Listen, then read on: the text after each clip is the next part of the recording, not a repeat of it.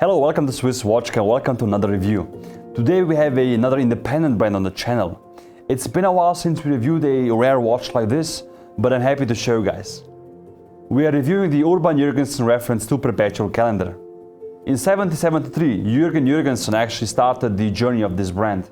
At the age of 14, he actually finished school and went to study with brilliant watchmakers like Breguet, John Arnold in London, and also he went to Le, Switzerland.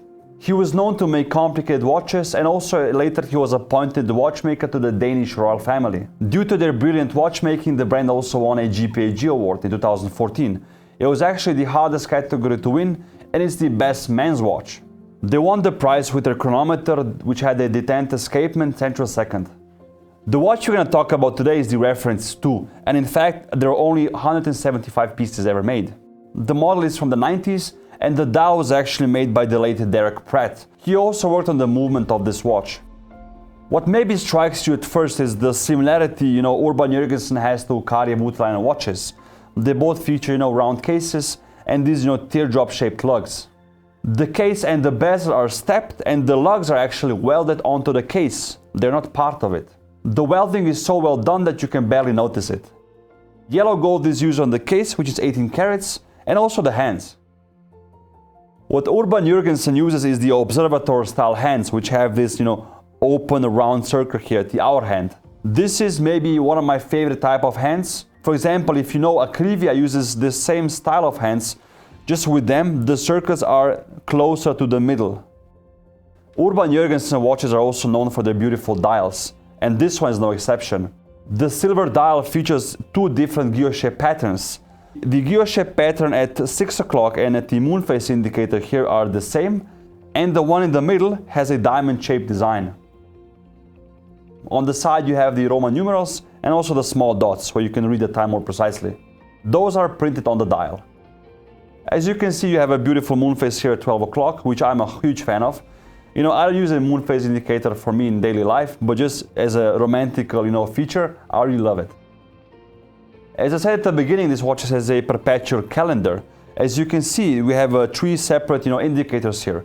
At 3 o'clock we have the month aperture, at 9 o'clock you have the day aperture, and at the 6 o'clock you have a sub-dial for the date indication. If you want to set your perpetual calendar, you have three pushers on the side here. One is here at 5 o'clock, the second one is here at 7 o'clock, and you have one here at 11 o'clock. The 4 o'clock pusher actually initiates the day and the date change. So it's very practical if you want to set it up a bit more quicker. The push at 11 o'clock on the top here actually changes the moon phase indicator.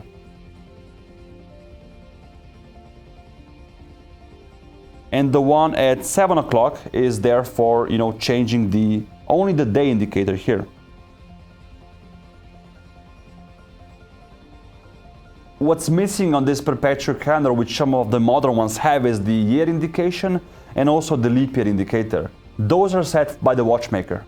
Setting the time is very standard. You have the crown at the 3 o'clock position here, which is also in yellow gold. And with the crown you can only set up the time of the watch, not the other functions. This model features a Frederique Piguet caliber 71. Frederique Piguet is owned by Blancpain, which is owned by Swatch Group. So essentially, it's a very well-made movement, and it's used in many other brands. Brands that use Frederique Piguet movements, for example, are also Audemars Piguet, Breguet, and also Blancpain, and I think many others. The watch has no exhibition case pack, but features this beautiful circular grading finish. The friend who lent me this watch actually was kind enough to open the case pack for me, so I can show you the movement. First thing I noticed was the beautifully decorated 21 karat gold rotor. It features a beautiful guilloche pattern and the Urban Jürgensen logo here and the 21 karat mark. What we can also see is that we have a beautiful Côte de Genève pattern on the bridges, which is personally my favorite decoration there is, and also under the balance wheel you can see a perlage. What's significant about this movement as well is the open barrel here, which is really cool to see. The Frederique Piguet 71 caliber is not a perpetual calendar movement.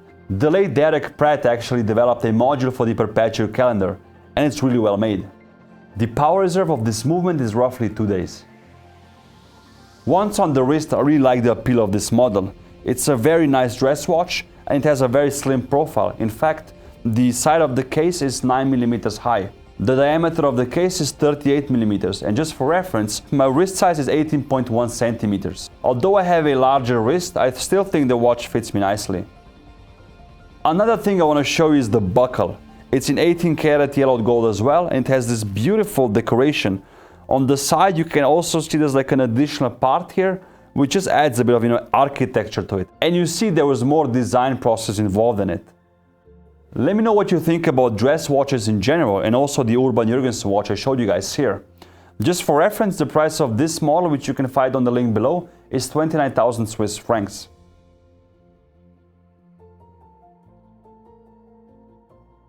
On the side next to my wooden robot body there, you have a watch review next time on the channel. It's a brand we featured before, and I think it shouldn't be a hard one to guess. Also, if you like my channel so far and the videos we're making, leave a like, subscribe, and also share with somebody who likes watches as much as you do. Thank you for watching, and I'll see you soon.